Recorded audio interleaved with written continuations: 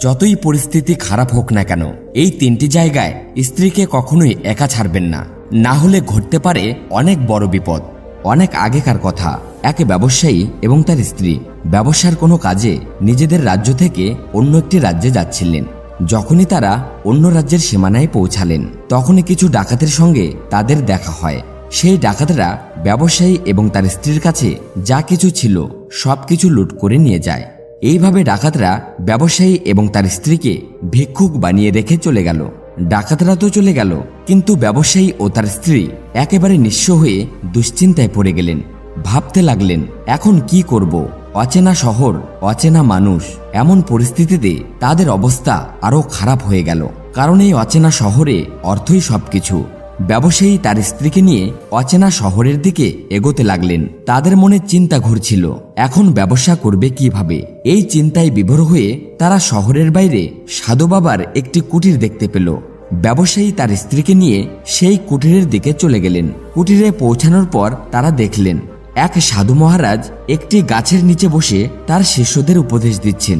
সাধুকে দেখে ব্যবসায়ী ভাবলেন, কেননা আমার সমস্যাটা সাধু মহারাজকে বলি, হয়তো উনি কোনো সমাধান দিতে পারবেন। এই ভাবনা মাথায় নিয়ে ব্যবসায়ী সেই সাধু মহারাজের কাছে গেলেন এবং অত্যন্ত বিনয়ের সঙ্গে তার সমস্যার কথা জানালেন।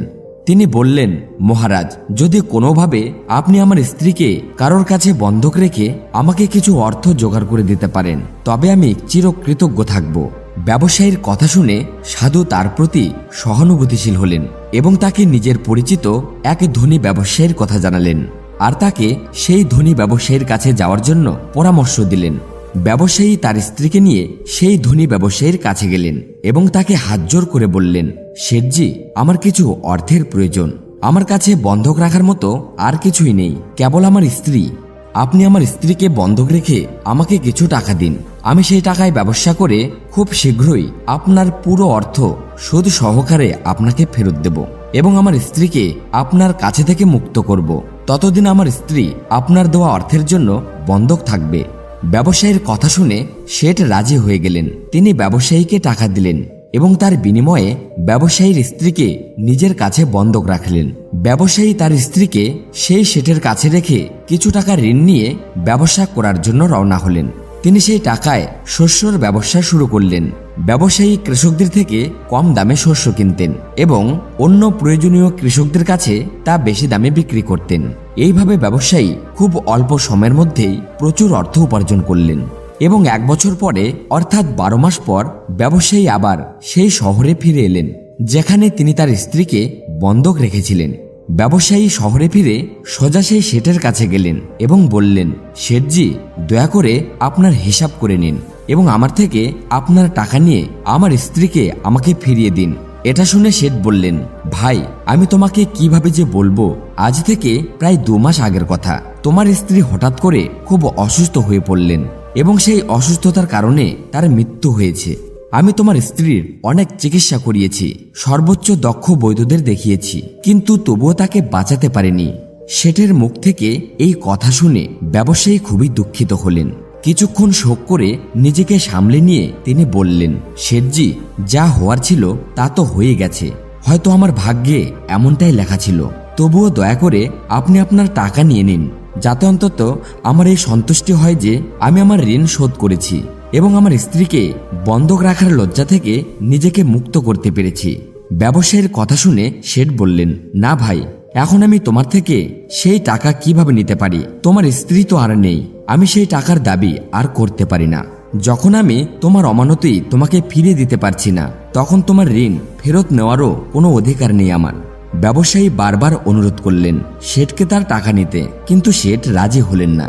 অবশেষে হতাশ মন নিয়ে ব্যবসায়ী সেখান থেকে বেরিয়ে এলেন। হাঁটতে হাঁটতে তিনি আবার সেই স্থানে পৌঁছালেন যেখানে প্রথমবার সেই সাধু মহারাজের সঙ্গে দেখা হয়েছিল। সাধু মহারাজ বারবারের মতোই একটি গাছের নিচে বসে তার শিষ্যদের উপদেশ দিচ্ছিলেন। ব্যবসায়ীও মন শান্ত করার জন্য সেখানে গিয়ে বসলেন। সাধুর উপদেশ শুনতে লাগলেন। সাধু মহারাজ ব্যবসায়ীকে দেখে চিনতে পারলেন এবং তার অবস্থা সম্পর্কে জানতে চাইলেন। ব্যবসায়ী পুরো ঘটনাটি সাধু মহারাজকে বললেন। সেই সাধু ছিলেন একজন সিদ্ধ পুরুষ। ব্যবসায়ীর কথা শুনে সাধু বললেন, ভাই, শেঠ তোমার সঙ্গে প্রতারণা করেছে। তোমার স্ত্রী অবশ্যই জীবিত আছে। হয়তো সে তার বাড়িতে তাকে লুকিয়ে রেখেছে, অথবা নিজের কোনো পরিচিতের কাছে দূরে কোথাও পাঠিয়ে দিয়েছে। এখন তুমি একটা কাজ করো, তুমি এখানকার রাজার কাছে চলে যাও এবং তার দরবারে গিয়ে প্রার্থনা করো যে, মহারাজ, আপনি আমার স্ত্রীকে সেই শেঠের কাছ থেকে ফিরিয়ে দিন, কারণ এই নগরের রাজা খুবই বুদ্ধিমান এবং ন্যায়ের পক্ষে। তিনি নিশ্চয়ই সেই শেঠের উপর চাপ দিয়ে তোমার স্ত্রীকে ফিরিয়ে দেবেন। রাজ দরবারেই তোমার বিচার হবে। সাধুর এমন কথা শুনে ব্যবসায়ী সাহস পেলেন। তিনি সাধু মহারাজের পরামর্শ মেনে রাজার দরবারে গেলেন এবং সেখানে গিয়ে রাজার কাছে কাতর প্রার্থনা করলেন, দয়া করে আমার স্ত্রীকে শেঠের কাছ থেকে ফিরিয়ে দিন। ব্যবসায়ীর কথা শুনে রাজা সেই শেঠকে দরবারে ডাকলেন এবং তাকে জিজ্ঞাসা করলেন, শেঠ, এটা কি সত্য যে ব্যবসায়ী কিছু টাকার বিনিময়ে তার স্ত্রীকে তোমার কাছে বন্ধক রেখে গিয়েছিল? শেঠ বলল, হ্যাঁ মহারাজ, ব্যবসায়ীর এই কথা একদম সত্য। রাজা আবার বললেন, তাহলে তুমি তার স্ত্রীকে কেন ফেরত দিচ্ছ না? শেঠ বলল, কিভাবে ফেরত দেব মহারাজ? আমি তো ব্যবসায়ীকে আগেই বলেছি যে তার স্ত্রী 2 মাস আগে মারা গেছেন। এখন আমি ধর্মরাজের কাছে গিয়ে তো তার স্ত্রীকে ফিরিয়ে আনতে পারবো না। রাজা জিজ্ঞাসা করলেন, তোমার কাছে কি কোনো প্রমাণ আছে যা নিশ্চিত করতে পারে যে তার স্ত্রী সত্যিই মারা গেছেন? শেঠ আত্মবিশ্বাসের সাথে বলল, হ্যাঁ মহারাজ, যিনি তার স্ত্রীকে চিকিৎসা করেছিলেন তিনি এই বিষয়টি নিশ্চিত করতে পারবেন। এছাড়াও সেই 4 জন ব্যক্তি যারা তার স্ত্রীকে শ্মশানে নিয়ে গিয়ে দাহ করে এসেছেন, তারাও সাক্ষী দিতে পারবেন। শেঠ এতটাই আত্মবিশ্বাসের সঙ্গে কথা বলল যে রাজাও তার কথা বিশ্বাস করলেন। এরপর রাজা ব্যবসায়ীকে বললেন, ভাই, যদি তোমার স্ত্রী জীবিত থাকতেন তাহলে আমরা তাকে নিশ্চয় তোমার হাতে ফিরিয়ে দিতাম। এইভাবে রাজা ব্যবসায়ীকে বুঝিয়ে বিদায় দিলেন। ব্যবসায়ী মন খারাপ করে আবার সেই সাধু মহারাজের কাছে ফিরে গেলেন এবং রাজার দরবারে যা কিছু ঘটেছিল সব কিছু খুলে বললেন।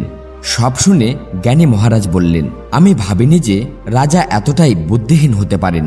আমি দুঃখিত যে রাজা তোমার সঙ্গে ন্যায় করতে ব্যর্থ হয়েছেন। তিনি শুধু শেঠের কথাই বিশ্বাস করেছেন এবং তোমাকে বুঝিয়ে আমার কাছে ফিরিয়ে দিয়েছেন। এখন আমার কথা শোনো, তুমি আবার রাজার কাছে যাও এবং তাকে গিয়ে বলো 3 ঘন্টার জন্য আমাকে তার সিংহাসনে বসার অনুমতি দিক। তখন আমি দেখিয়ে দেব ন্যায় কিভাবে করা হয় এবং ন্যায়ের প্রকৃত অর্থ কি। সাধু মহারাজের এই পরামর্শ শুনে ব্যবসায়ী আবার রাজার দরবারে গেলেন এবং সঠিকভাবে কথাগুলি রাজাকে জানালেন। ব্যবসায়ীর কথা শুনে রাজা বললেন, 3 ঘন্টার জন্য সিংহাসন ছাড়তে আমার কোনো আপত্তি নেই। এতে যদি তোমার ন্যায় হয় তবে আমি সিংহাসন ওই সাধু মহারাজের জন্য ছেড়ে দেব। তুমি তাকে রাজদরবারে নিয়ে এসো। রাজার এই আশ্বাস শুনে ব্যবসায়ী ফিরে গেলেন এবং সাধু মহারাজকে রাজ দরবারে নিয়ে এলেন। সাধু মহারাজ রাজ দরবারে পৌঁছালে রাজা তার সিংহাসন সেই সাধুকে অর্পণ করলেন। সাধু মহারাজ সিংহাসনে বসেই শেঠকে দরবারে উপস্থিত করার নির্দেশ দিলেন। শেঠ দরবারে এলে সাধু মহারাজ বললেন, শেঠজি, আপনি বলছেন যে এই ব্যবসায়ীর স্ত্রী আপনার কাছে থাকতে থাকতে 2 মাস আগে মারা গেছেন এবং আপনি এও দাবি করছেন যে তার মৃত্যুর সাক্ষীও আপনার কাছে আছে। এখন আমি কি সেই সাক্ষীদের সঙ্গে দেখা করতে পারি? তখন রাজা হিসেবে দায়িত্ব পালনরত সাধু মহারাজের আদেশে শেঠের সাক্ষীদের দরবারে হাজির করা হলো। প্রথমে সেই চিকিৎসককে আনা হলো যিনি ব্যবসায়ীর স্ত্রীর চিকিৎসা করেছিলেন।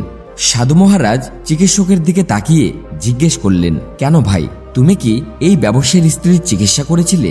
চিকিৎসক মাথা নিচু করে বললেন, জি হুজুর, আমি এই ব্যবসায়ীর স্ত্রীর চিকিৎসা করেছিলাম। সাধু মহারাজ গভীর দৃষ্টিতে তাকিয়ে আবার জিজ্ঞাসা করলেন, ঠিক আছে, তাহলে তুমি কি নিশ্চিত করে বলতে পারো যে এই ব্যবসায়ীর স্ত্রী সেই রোগে মারা গেছেন?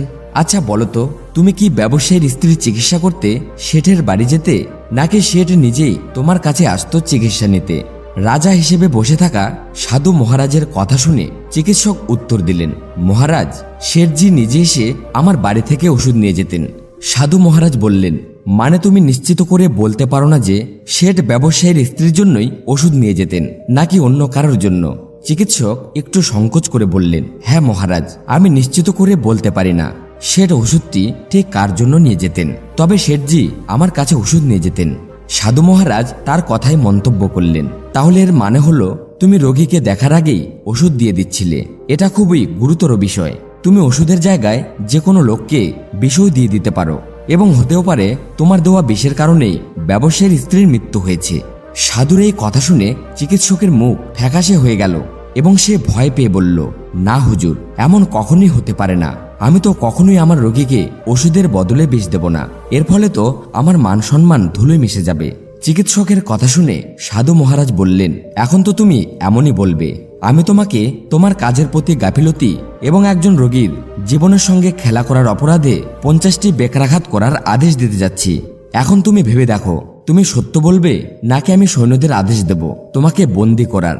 এই কথা শুনে চিকিৎসকের শরীর ভয়ে কাঁপতে লাগলো এবং সে সাধু মহারাজের পায়ে পড়ে বলল, হুজুর, আমাকে ক্ষমা করে দিন। আমি মেনে নিচ্ছি যে আমি শেঠের কোনো রোগীরই চিকিৎসা করিনি। শেঠ আমাকে 1000 টাকা দিয়েছিল এবং বলেছিল যদি সাক্ষীর প্রয়োজন হয় তবে আমি তার পক্ষেই সাক্ষী দেব। এ আমার অপরাধ। আমি লোভের বশে সেই প্রস্তাব গ্রহণ করেছিলাম। রাজা হিসেবে বসে থাকা সাধু মহারাজ বললেন, চিকিৎসক, যাই হোক না কেন তুমি তো অপরাধ করেছ, সুতরাং আমি তোমাকে মিথ্যা সাক্ষ্য দেওয়ার অপরাধে 20টি চাবুক মারার আদেশ দিচ্ছি। সাধু মহারাজের আদেশ অনুযায়ী রাজা তার সৈন্যদের মাধ্যমে দ্রুত সেই চিকিৎসককে বন্দী করলেন এবং চাবুক মারার নির্দেশ দিলেন। প্রথম চাবুক পড়তেই চিকিৎসক খুব জোরে চিৎকার করে উঠল এবং বলল, মহারাজ, দয়া করুন, আমাকে ক্ষমা করুন, আমার প্রতি দয়া করুন, আমি মরে যাব। প্রতিটি চাবুকের আঘাতে তার গলা থেকে করুণ আওয়াজ বের হতে লাগলো। তার চিৎকার পুরো রাজদরবারে প্রতিধ্বনিত হতে লাগলো। চিকিৎসকের এই অবস্থা দেখে শেঠের সাক্ষী হিসেবে ডাকা 4 জনের হৃদয় কেঁপে উঠল, যারা বলেছিল যে তারা ব্যবসায়ীর স্ত্রীর দেহ শ্মশানে নিয়ে গিয়ে জ্বালিয়ে দিয়েছিল। এখন তাদেরও পালা এসেছে সাক্ষী হিসেবে হাজির হওয়ার। সাধু মহারাজ তাদের জিজ্ঞাসা করলেন, তোমরা বলছো যে তোমরা এই ব্যবসায়ীর মৃত স্ত্রীর দেহ শ্মশানে নিয়ে গিয়ে জ্বালিয়ে দিয়েছ। আমাকে এটা বলো, মৃতদেহের স্নান করার পরে যখন তাকে কাফনে মুড়িয়ে মাটিতে রাখা হয় তখন তোমরা কি সেই মহিলার মৃতদেহ দেখেছিলে? এই প্রশ্ন শুনে সেই 4 জন উত্তর দিল, না হুজুর, আমরা তো তার মৃতদেহ দেখিনি। শেঠজি যখন তার সবযান প্রস্তুত করলেন তখন আমরা তাকে শ্মশানে নিয়ে গিয়েছিলাম এবং তাকে জ্বালিয়ে দিয়েছিলাম। সেই 4 জন সাক্ষীর কথা শুনে সাধু মহাত্মা বললেন, তোমরা কি এটাও জানতে প্রয়োজন মনে করলে না মৃতদেহে শুয়ে থাকা ব্যক্তি আসলে মৃত নাকি অজ্ঞান অবস্থায় পড়ে থাকা কোনো জীবিত মানুষ?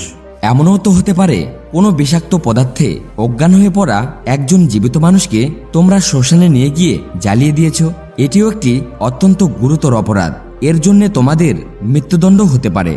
ওই 4 জন সাক্ষী আগে থেকেই চিকিৎসকের উপর হওয়া মারধরের ভয়ে আতঙ্কিত ছিল, আর যখনই তারা সাধু মহাত্মার মুখ থেকে মৃত্যুদণ্ডের কথা শুনল তখন তাদের হাত পা যেন একেবারে ঠান্ডা হয়ে গেল। সাধু মহারাজ নম্রভাবে শেঠের দিকে তাকালেন। তার দিকে তাকাতেই শেঠের মুখের রং ভয় একদম কালো হয়ে গেল। সাধু মহারাজ শেঠকে বললেন, শেঠজি, তোমার 5 জন সাক্ষীরই তো হাওয়া বেরিয়ে গেছে।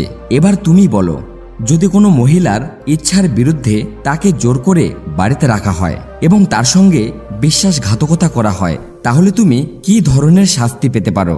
সাধু মহারাজের এই কথা শোনার পর শেঠের মুখ একদম সাদা হয়ে গেল এবং তার মুখ থেকে কোনো কথাই বেরোল না। রাজা হয়ে বসে থাকা সাধু মহারাজ বললেন, শেঠ, আমি তোমাকে 10 বছর কঠোর কারাবাসের শাস্তি দেব। তবে এখনো সময় আছে। তুমি যদি চাও তাহলে তুমি এই ব্যবসায়ীর স্ত্রীকে এক্ষুনি দরবারে নিয়ে এসো। শাস্তির ভয় পেয়ে শেঠ দ্রুত তার সেবকদের বাড়িতে পাঠালো এবং তাদের মাধ্যমে ব্যবসায়ীর স্ত্রীকে দরবারে নিয়ে আসা হলো। সাধু মহারাজ শেঠের কাছ থেকে ব্যবসায়ীর স্ত্রীকে নিয়ে ব্যবসায়ীকে ফিরিয়ে দিলেন এবং শেঠকে মিথ্যা সাক্ষী দেওয়ার অপরাধে 5 মাসের জন্য কারাবাসের শাস্তি দিলেন। এছাড়াও যারা ব্যবসায়ীর স্ত্রীর মৃতদেহ শ্মশানে নিয়ে যাওয়ার মিথ্যা সাক্ষী দিয়েছিল তাদেরকেও কঠোর শাস্তি দেওয়া হলো। এই দেখে রাজা বিস্মিত হয়ে গেলেন এবং সাধুর সামনে হাতজোড় করে বললেন, মহাত্মা, আপনি ধন্য। আপনি আমাকে শিখিয়ে দিলেন যে ন্যায় কিভাবে করতে হয়।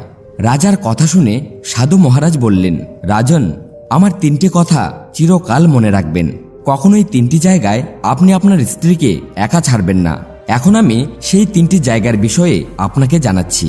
কেউ যদি এই 3টি জায়গায় তার স্ত্রীকে একা ছাড়েন তাহলে পরে তাকে অনেক আফসোস করতে হবে। প্রথম স্থান, যদি তোমার স্ত্রী কোনো রোগে আক্রান্ত হয় এবং অসুস্থ হয়ে পড়েন তবে সেই অবস্থায় কখনো তাকে একা রেখে চলে যেও না। কারণ যখন কোনো পুরুষ কোনো নারীকে বিয়ে করে তখন বিয়ের সময় সে প্রতিজ্ঞা করে যে আমি তোমার সুখ দুঃখে তোমার পাশে থাকব। সুতরাং অসুস্থতার সময় সবসময় তার সঙ্গী হয়ে থাকতে হবে এবং তার যত্ন নিতে হবে।